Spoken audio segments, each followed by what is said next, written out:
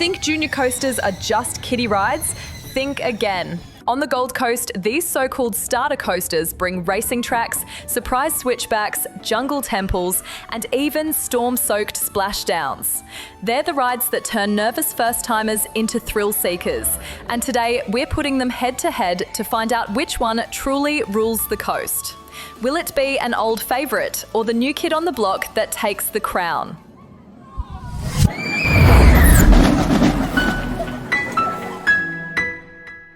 Hey theme park lovers, it's Jessie here from Park Hoppers Down Under.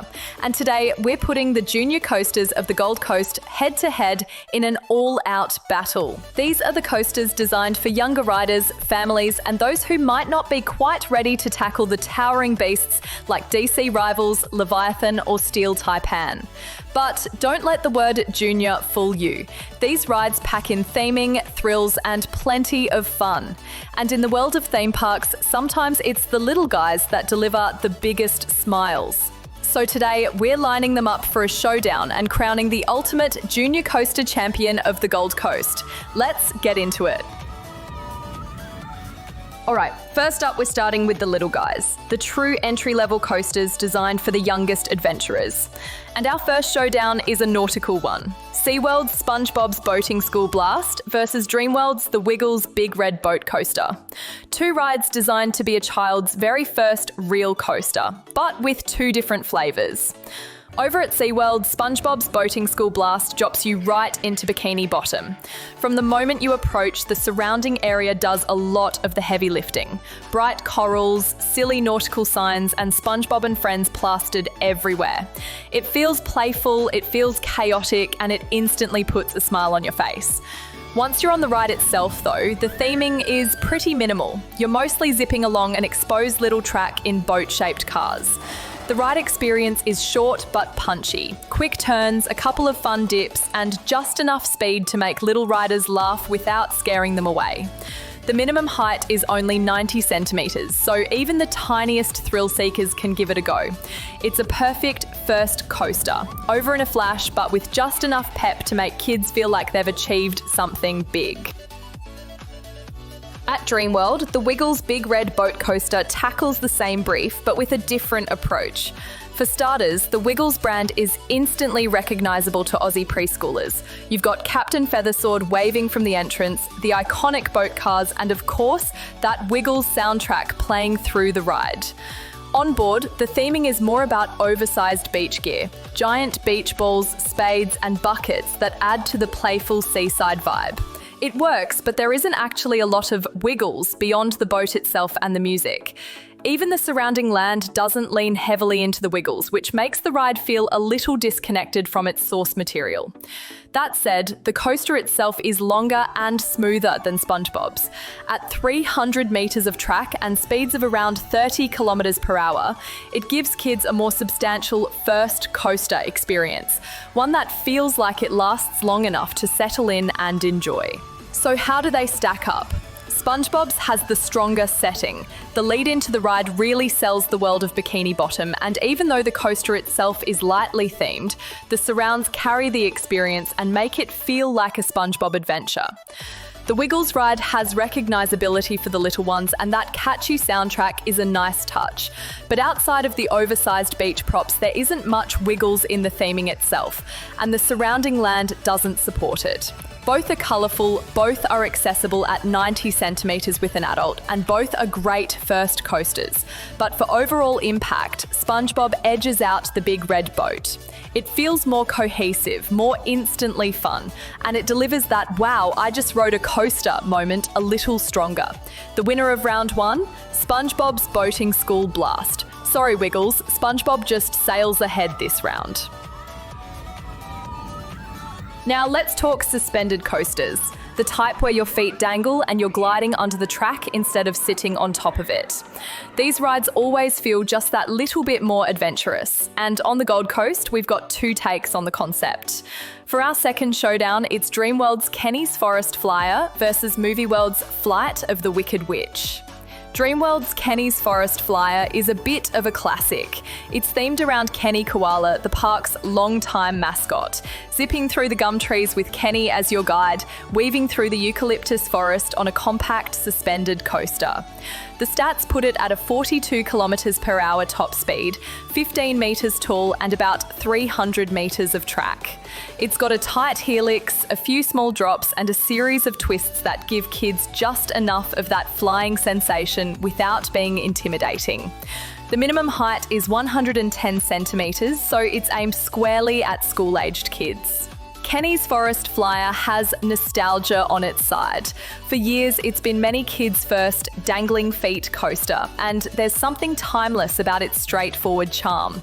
Over at Movie World though, the suspended coaster category has leveled up massively with the brand new Flight of the Wicked Witch. This ride is part of the Wizard of Oz precinct, and from the moment you enter the queue, it's clear this is a different calibre of family coaster.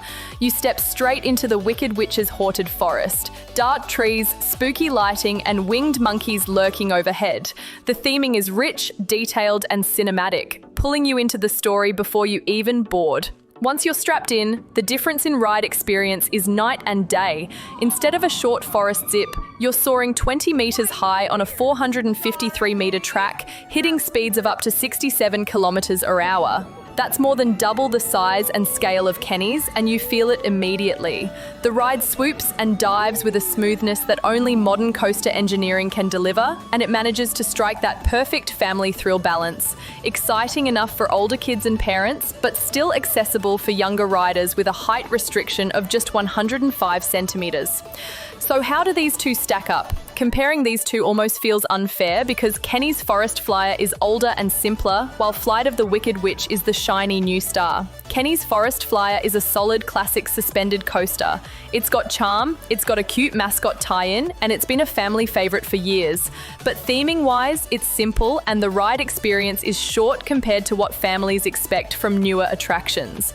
Flight of the Wicked Witch, on the other hand, is a full-blown themed adventure. From the immersive queue to the high-flying ride itself, it delivers a longer, faster, smoother, and more detailed experience that still feels family-friendly. It's the kind of ride where parents and kids walk off together saying, "That was awesome." The winner here? It's no contest. Flight of the Wicked Witch soars ahead and takes this round with ease. Now, we're getting into the heavyweights of the junior coaster world. The kind of rides that parents ride and step off saying, "Wait, that was way better than I expected." For this round, we've got two of the Gold Coast's newest and most talked about family coasters, Dreamworld's Jungle Rush versus Movie World's Kansas Twister. First up, Jungle Rush at Dreamworld, the centrepiece of the brand new Rivertown area, and easily one of the most ambitious family coasters ever built in Australia. This isn't just another junior coaster, it's the world's first and only switchback coaster with an inclined triple switch turntable. Translation: the track itself changes direction mid-ride. You're going forward, then suddenly you're backwards, and depending on which cycle is running, the sequence can actually change, so no two rides necessarily feel the same. Add in 12 airtime moments, clever pacing, and immersive jungle theming filled with ancient temples, ruins, waterfalls, and overgrown greenery, and the ride becomes a full-on story-driven adventure. It's thrilling, it's surprising, and it's accessible to almost everyone with a minimum height of just 95 centimetres. Jungle Rush proves that a coaster doesn't need to go extreme to deliver big thrills. It just needs imagination, and this ride has it in spades. For Dreamworld, it's their single biggest ride investment ever, and it feels like a true game changer for the park. Now, Kansas Twister over at Movie World is no slouch either. This is a family boomerang racer coaster, which means you've got two trains launching side by side on parallel tracks. You race each other forward through a mirrored layout filled with twists and turns, climb 22 metres into the sky, stall dramatically at the top, and then do the whole thing again backwards. The racing gimmick makes it instantly fun. You're not just riding, you're competing. It adds this cheeky family rivalry that has everyone laughing as soon as they hit the brakes. The stats here are impressive for a family coaster too. Speeds of up to 58 kilometres an hour, a big lift that looks dramatic without being scary, and a minimum height of just 95 centimetres, so even young kids can get in on the action. The queue also deserves a mention. It starts inside Dorothy's house as the tornado tears it apart, with swinging lamps, shaking walls, and tilted furniture creating a sense of suspense before you even see the track. It's clever, it's immersive, and it sets the stage perfectly for the ride ahead. So, how do these two stack up? Kansas Twister is about speed, racing, and chaos. It's a thrill machine with a clever competitive hook and a strong thematic lead-in. Jungle Rush, on the other hand, is more about discovery and adventure. The switch track makes it unpredictable, the ancient temple setting makes it cinematic, and the storytelling layers make it feel like you're exploring an ancient world instead of just riding a coaster. Kansas Twister feels like a high-energy thrill ride you want to race on again and again. Jungle Rush feels like a new adventure every time you board. Both are absolute must-dos for coaster families, and both are redefining what a family coaster can be. But in terms of uniqueness, Jungle Rush takes the win. The switchback system isn't just a gimmick, it completely changes the ride experience. And when you combine that with Rivertown's theming and atmosphere, it becomes the single most innovative family coaster not just on the Gold Coast, but anywhere in the world right now. Kansas Twister is brilliant fun, but Jungle Rush is the one-of-a-kind adventure that edges ahead to win this round. Okay, for our final showdown, we've got a bit of a wildcard matchup. Two very different rides, but both often fall into that family thrill coaster category. On one side, we've got Movie World's Roadrunner roller coaster, a junior classic that's been a first coaster for generations of Gold Coast visitors. And on the other, SeaWorld's Storm Coaster, a water-soaked thrill machine that pushes family rides to new heights. The Roadrunner roller coaster is your classic junior coaster. It's been around for decades, it's instantly recognisable, and it still does exactly what it was built to do: give kids their first real taste of coaster thrills. The theming is pure Looney Tunes fun. Acme contraptions, cartoon cliffs, and of course, Wile E. Coyote endlessly chasing the Roadrunner.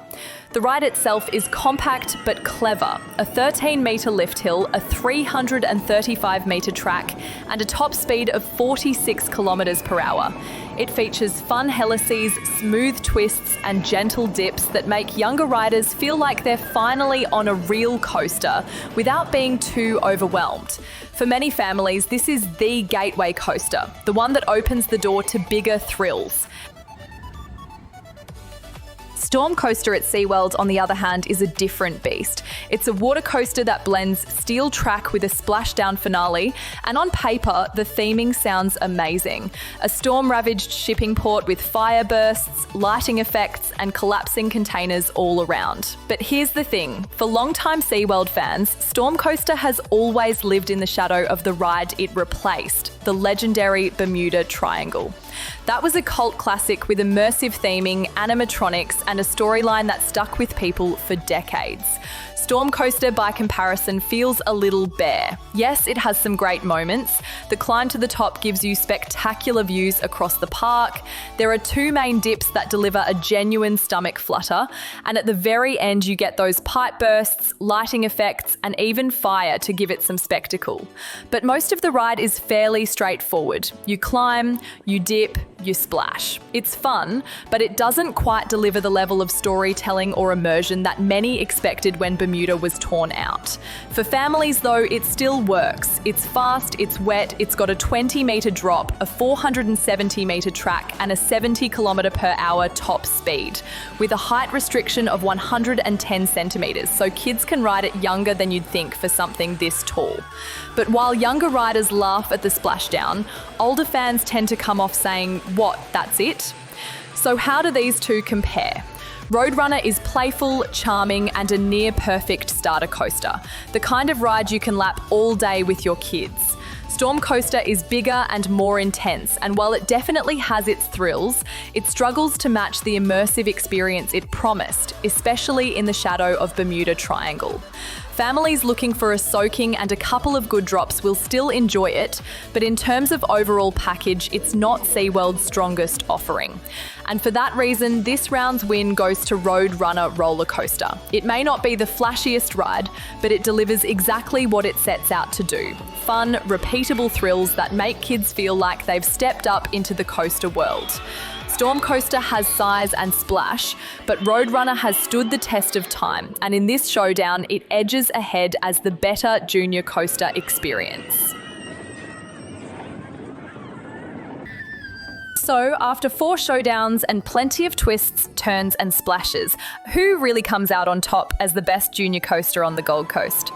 We've seen SpongeBob zigzagging through Bikini Bottom, we've flown with the Wicked Witch and her winged monkeys, we've raced through Kansas tornadoes, and we've even splashed down in the stormy chaos of SeaWorld's Portside Coaster.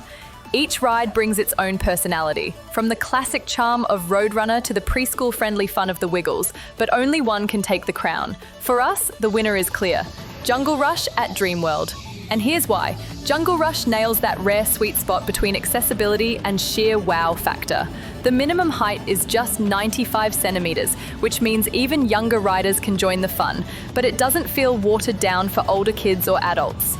The theming is lush and cinematic, plunging you deep into a jungle filled with ancient temples, ruins, and surprises at every turn. The ride tech is groundbreaking, the world's first inclined triple switch turntable, allowing the coaster to switch directions mid-ride and giving you the choice of forwards or backwards journeys. No 2 rides feel exactly the same, which makes it endlessly repeatable.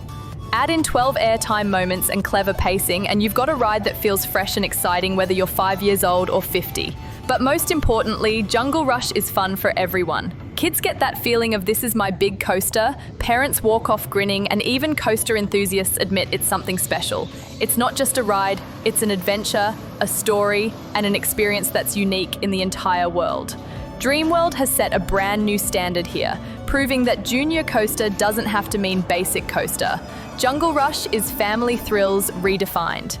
The Gold Coast theme parks are stacked with incredible family coasters, each one someone's favourite, but Jungle Rush stands tall as the champion of this showdown, the ride that truly changes the game.